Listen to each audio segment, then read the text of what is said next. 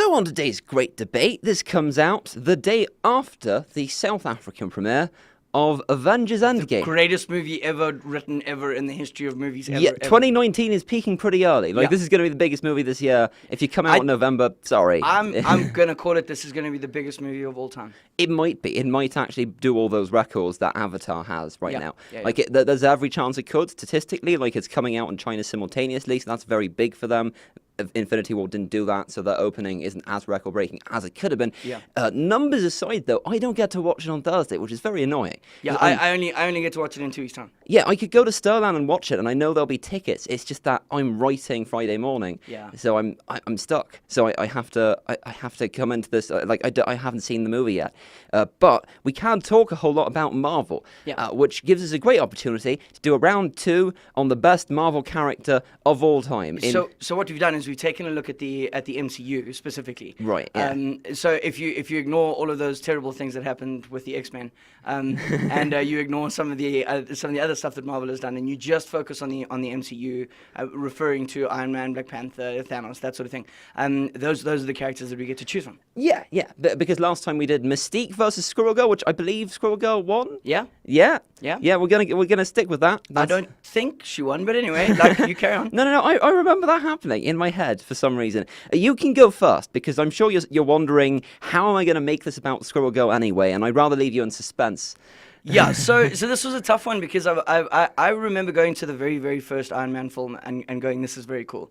This is a very, very... And at that stage, the Avengers were extreme secondary characters to X-Men. X-Men, at that stage, 10 years ago, Marvel was focusing a lot of their comic books and graphic novels on the X-Men. So I'm going to throw a spanner in the works, and I'm actually going to say that my favorite character, or the character that I'm looking forward to most seeing in the future, is their version of Black Panther. The version of the MCU Black Panther. Yeah.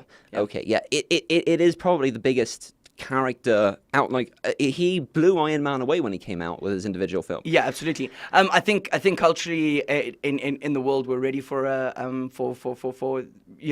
Black Panther and everything that he comes with. But I think more importantly, if you take a look at his story arc in the comics, especially when it comes to Civil War, especially when it comes to some of the things that they've hinted at in Endgame. I don't think it's going to feature that much in Endgame. But that being said, I think it's going to be a very interesting arc for him, and I think he's going to. I personally think that what he's done with one film, or what the character has done with one film, is big enough to overtake Iron Man as sort of the head of the Avengers. I think it sounds like they shot all the scenes for Captain Marvel and Black Panther in Infinity War and Endgame, like, way before they knew how well the movies would do. That's it. Like, that was ages ago. So I'm not sure how much of the movie they're going to wind up being in total. Yeah. And the dead people are definitely coming back. I'm going to make that prediction. That's not a spoiler. I haven't seen the movie yet. No, but it's so obvious, though. It is so obvious by the trailers. And they'll be in the movie at some point, and I'm very much looking forward to that. So I took a look at the Squirrel Girl comics, obviously, and the characters that feature really heavily in there. There's a character called Nancy Whitehead who fights Silver Surfer alongside Loki at one point. She's not in the MCU though, Greg. She has no powers, and she also doesn't have, she's not a superhero Greg, by any she's not in the MCU definition. She's just a computer scientist. She goes to a planet covered in squirrels and fights Silver Surfer with Loki. I just want you to know that happened in canon. Okay. Right, yeah. Yes, but she's not in the MCU. The most important... May we categorically state that Kevin Feige, the genius that he is, has taken a look at Squirrel Girl and said no to Squirrel Girl. He said not yet. We don't know that she doesn't pitch up at the end of Endgame and defeat Thanos as she did in the comics. Right. But the character in the MCU that features most in the Squirrel Girl comics, indeed, like, the whole origin story of Squirrel Girl in the Marvel Universe has to do with this character, is Tony Stark's Iron Man. Okay. So I'm going to go with him. Look, a lot of people. If you take a look at all of the internet people who are experts in this, they say that Thanos needs to fear Iron Man the most. Look, it's been 10 years. Iron Man was the original. I feel like he started this whole thing. Endgame's going to be a lot about Iron Man, and Iron Man's trilogy is solid, provided you watch movie 1. Yes.